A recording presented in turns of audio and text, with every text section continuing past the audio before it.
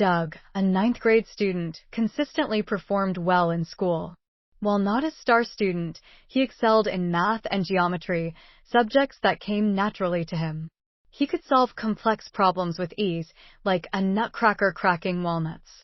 Doug was also a talented athlete who was skilled in track and field events. Over the years, he had won several silver and gold medals for his school. At the start of the school year, Doug was part of a team that won the cross-country cup. He was appointed captain and even made it onto the cover of the local newspaper, holding the gleaming cup proudly in the sun. However, the cup now sat in the gym's teacher's office, covered in dust. Despite growing up without parents and being raised by his grandmother, Doug was a polite child who never refused to help anyone. He never shied away from tasks like bringing things to the teacher's room or cleaning up the school grounds on Saturdays. Unlike some of his classmates, he didn't make up excuses about being sick. Instead, he put on the gloves provided to collect fallen leaves or candy wrappers. The young man's behavior was exemplary, and there were no complaints about him, except for the occasional pupil quarrels. However, everything changed after winter vacation.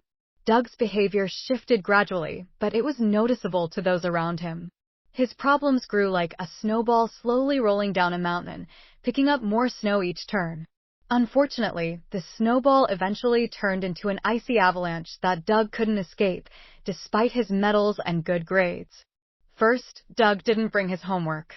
Well, that happens sometimes. But it began to happen more and more often, becoming more of a tradition than an exception. Then, his grades in many subjects started to drop sharply. The final straw was frequent absences and skipping school. One day, the teachers complained about Doug to his homeroom teacher, Mrs. Hutchinson. They reported that he stopped preparing his homework, fell asleep during lessons, and became absent-minded and unresponsive. Mrs. Hutchinson had already noticed the alarming signals too. She taught Doug's favorite subjects, algebra and geometry, and his grades there also worsened. At first, he went from an A to a B, and then he received his first C in algebra. Mrs. Hutchinson sat and looked at Doug's test for a long time. She tapped her pen on the journal nervously and thoughtfully. Although some of her ninth-grade students were already taller than her, she still loved them as if they were her children. More experienced teachers warned her that such an approach was bad for both her and her students, but she continued to care deeply for them. "Oh, you spoil your crazy students," complained Mrs. Everett, the history teacher. "They will walk all over you, and then some will drop out of school this year, some in 2 years, and no one will thank you for your patience and hard work. It would be better to save your nerves and energy for yourselves." Mrs. Hutchinson waved away such words, trying to remain politely silent and not anger the experienced teachers who thought they knew better than everyone else. They gossiped, whispered, and sometimes laughed behind the algebra teacher's back. It was a little hurtful to Mrs. Hutchinson, but she tried not to pay attention to empty words. Let them talk. Mrs. Hutchinson attempted to talk to Doug, but the teenager closed off like a hedgehog bristling with needles, protecting himself from the teacher's questions. "It's all fine," the boy stubbornly replied, pressing his lips together and looking away. "I'll improve my grades." Then he began to change outwardly. Unfortunately, these were not the typical teenage changes of boys his age. Doug became as pale as a Canterville ghost. Dark circles appeared under his eyes. It seemed that even his freckles, generously sprinkled on his cheeks and nose, faded. His hair, which had such a juicy carrot tint, became lighter. Then, Doug began to emit the odor of cigarette tobacco, so strong and distinct as if he had been standing in a cloud of smoke for a long time in front of the school. "Doug," Mrs. Hutchinson approached her student and leaned down to evaluate his work, but she was unexpectedly hit by a pungent smell and coughed. Another teacher would have thought nothing was surprising here. Adolescence is a time when boys want to feel like adults and often go down the wrong path. Moreover, some students had already started smoking, hiding from the teachers, some in the toilet, quickly flushing unsmoked cigarettes down, some around the corner from the school, taking small walks during recess. But Doug didn't go with them. He mostly stayed in the classroom, sleeping right at his desk with his head resting on his hands. Once, the boy fell so deeply into the realm of Morpheus that the geography teacher, who wanted to start the lesson, had to shake him by the shoulder to the laughter of the other students. In general, Doug became lethargic and drowsy. He no longer even went to competitions, although he used to love winning. And then one day, Mrs. Hutchinson noticed a huge bruise on the boy's arm. Well, it's clear now. He fell in with a bad crowd or something worse. There are two ways here. The teachers reason like experts. Either he'll outgrow it and get smart, or it's all over. We know people like that. They sweep the yards now if they're not behind bars. He doesn't even have parents. What did you expect? Mrs. Abbott proclaimed authoritatively, of course, his grandmother can't handle such a strong teen. They would have given up on Doug if it weren't for his homeroom teacher. But first, Mrs. Hutchinson initially invited a psychologist and a social pedagogue to talk to Doug. But even this option did not yield any results. The boy did not make contact, only promising to improve his grades. It's not about the grades, the teacher shouted in frustration, listening to Doug's excuses. He had become so thin that his old faded t-shirt hung from his shoulders like a hanger. Mrs. Hutchinson then found his home number and tried to contact his grandmother. Mrs. Diamond was a kind, wonderful woman, but she was getting old. The homeroom teacher dialed Mrs. Diamond's number multiple times, but nobody answered the phone at their house. Doug would wave away any questions by saying, "Grandma sleeps a lot. She's already old. Don't bother her. She has a weak heart. I won't skip school anymore." At first, he did improve his behavior, but he remained just as introverted, quiet, and tired. Mrs. Hutchinson was watching as Doug, who was constantly the soul of the company, distanced himself more and more from his friends. They no longer tried to invite him to play ball after school or go down to the cafeteria during recess. Soon, the skipping school started again, and the smell of cigarettes returned. That was when Mrs. Hutchinson made the categorical decision to go to Doug's home to find out what was going on with the boy and what living conditions he was in. Out of caution, Mrs. Hutchinson asked her acquaintances from the guardianship service, Michael and Helen, to go with her. She knew that some families do not let anyone in. She was afraid she wouldn't be able to handle it without their support. When Mrs. Hutchinson, Michael, and Helen went up to the second floor of the ordinary apartment building and rang the bell, there was no response at first. But after a few more attempts, a sleepy Doug opened the door. The boy looked stunned at the uninvited guests and rubbed his eyes as if thinking that they were all a dream. "Hello, Doug," the homeroom teacher smiled at him. "Hello," the boy replied hoarsely from sleep. "And why are you here?" "Doug, who's there?" An elderly voice sounded from the depths of the apartment. Doug stood in the doorway as if intending to block the entire passage with his body and not let strangers in. "We won't take up much time," Michael interjected, using his most calming tone. "We just came to talk with you and your granny. Don't be afraid."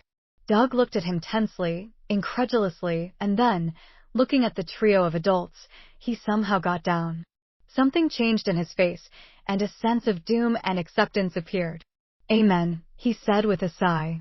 Only when the delegation of adults entered the room did Doug stop blocking his teacher.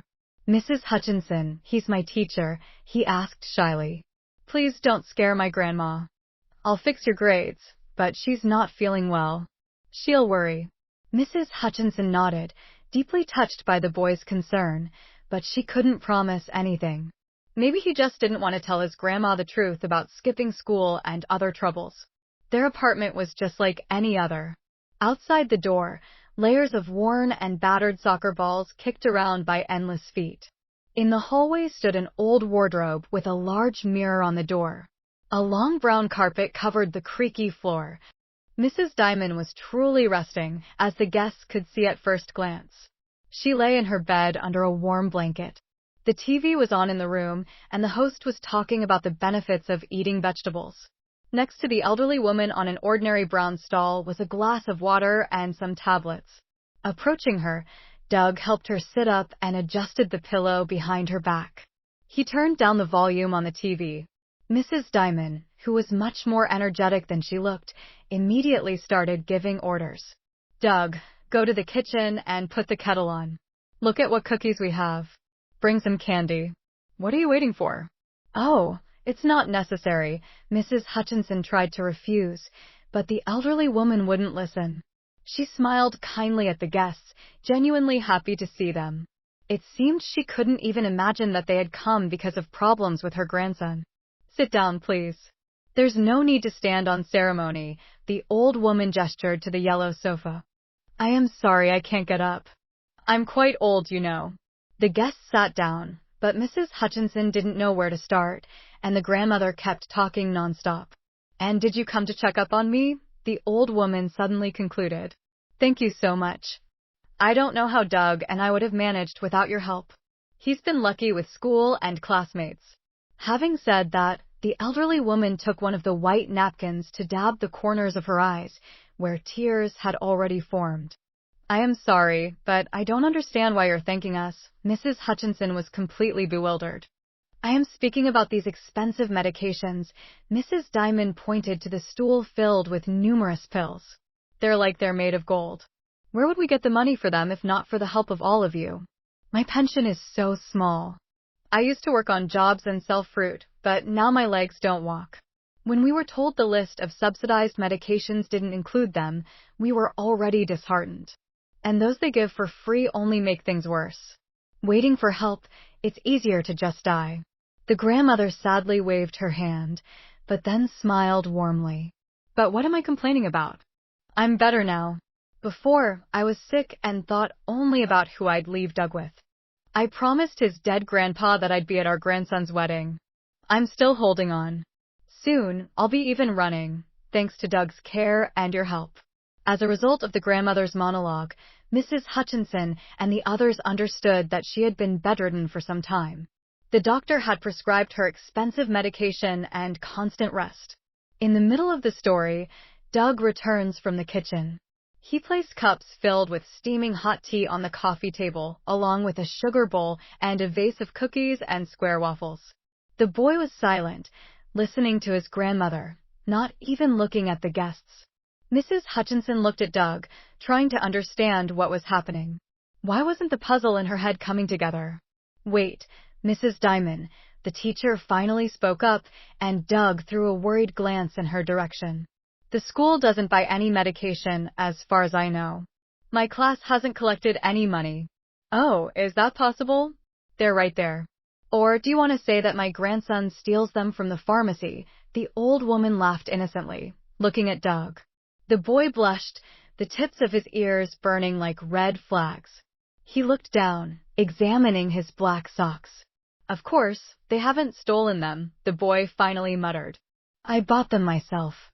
I earned the money for them myself. There was a brief silence in the room, with only Michael taking a sip of the hot drink from his cup. Everyone was trying to process the statement made by the 9th grader. What are you talking about? When have you been working, Doug? The grandmother exclaimed in fear. You go to school every day. You're supposed to be studying, my dear. And what kind of work were you doing? Doug's homeroom teacher had to take over at this point, softening the blow as much as possible, explaining why they had come. I assure you that there won't be any problems with school for Doug, she began to convince the frightened old woman. We just want to understand what's happening in the family in the house. And then Doug told them everything. Since his beloved grandmother's diagnosis, the only relative he had in the world, the boy had taken on various odd jobs. Of course, he kept his earnings a secret from his grandmother, promising to study. He usually said he went to school on excursions and extra classes, and that was why he was often away from home. And then, he brought the needed medications. Kind people had helped. They collected money, so don't worry, Grandma. Get well soon. That's the main thing. Mrs. Diamond was not worried and believed her grandson. But, during the day, he was working at a construction site for an acquaintance. That was why every thread of his clothing was saturated with the cheap cigarettes of the other builders. Bruises were also from work.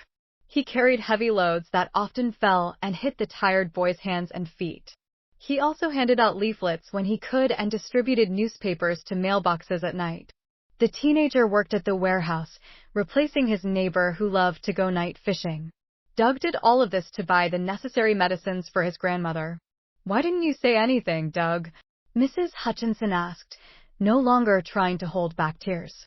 The tears rolled down the teacher's gray eyes like a shower. You should have told me the truth. We would have helped you. Helen, next to her, also sniffed her nose suspiciously, and Michael was hiding behind a cup of hot tea. It's not appropriate for men to cry, but what was there to complain about? Doug said proudly, raising his head, I'm the man of the house, and I have to behave like a man, not run for help. I coped by myself, and I will cope in the future if I need to. Oh, Doug, the grandmother shook her head, wiping her face with a third paper handkerchief, and then trustingly turned to the guests. You know he is so proud. He takes after his father. The old woman shared the tragic story of the family, how they made ends meet when they first lost Doug's parents and then grandfather Peter. My son and his wife crashed in a car when Doug was just a little boy, she said. I told Peter, how can we, such old and poor people, raise a little boy? But he said firmly, we'll make it. And Doug was always our joy. The elderly woman sobbed, showing old photographs carefully arranged in a gray family photo album. Doug's young parents smiled in the photos. My Peter loved him so much, the old woman stroked the photo where Peter held his grandson on his lap. He made me promise to stay with his grandson as long as possible. You can't die, he said. Then, Mrs. Diamond hugged her grandson with tenderness and tears. How could you, Doug? I thought you were studying. You should think about yourself, not about me. I should take care of you, not the other way around. When the tea and the cups ran out and the story had been told, the guests were about to leave. Wait a little, Mrs. Hutchinson, Doug asked for the last time. I'll fix the grades. I promised. It's not about grades. The young teacher shook her head for the umpteenth time, wiping her eyelids reddened with tears. Mrs. Hutchinson couldn't leave Doug and his grandmother to fate now that she knew his story. She had an obligation to help their family. The teacher did what she had to do right away. She talked to her colleagues and acquaintances who were teachers, maintaining anonymity so as not to hurt the pride of such a young man with a big heart. She raised money. The amount was large enough not only for medicine, but also for the whole course of treatment, and there was still some left for living expenses. Doug kept his word. He finished the year decently. Mrs. Hutchinson also helped him with this. The teacher herself went to her colleagues, begging for additional assignments. She also sat with Doug after school until late, explaining missed material.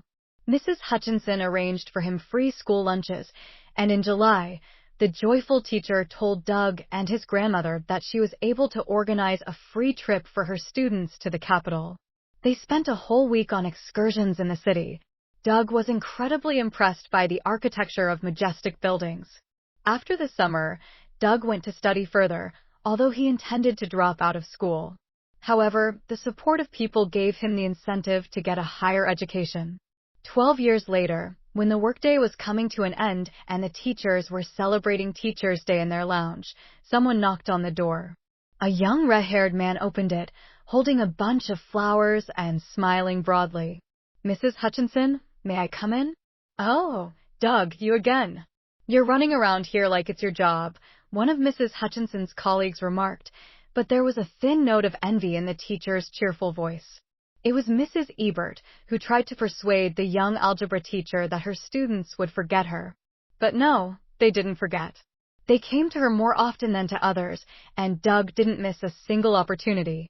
Coming to your favorite teacher is not work, it's a pleasure, the young man corrected Mrs. Ebert and handed Mrs. Hutchinson a bunch of bright Gerberas. He grew up to be a beautiful, tall man. He worked on a construction site again, but now he didn't carry bricks anymore. He was an architect in a major construction company. He was planning to get married soon, and his grandmother, who recently celebrated her 88th birthday, kept her promise and would come to her grandson's wedding. Doug invited his class teacher too. Mrs. Hutchinson smiled at one of her favorite students, who was still the same young Doug to her. She was happy that the freckles on his face still burned brightly.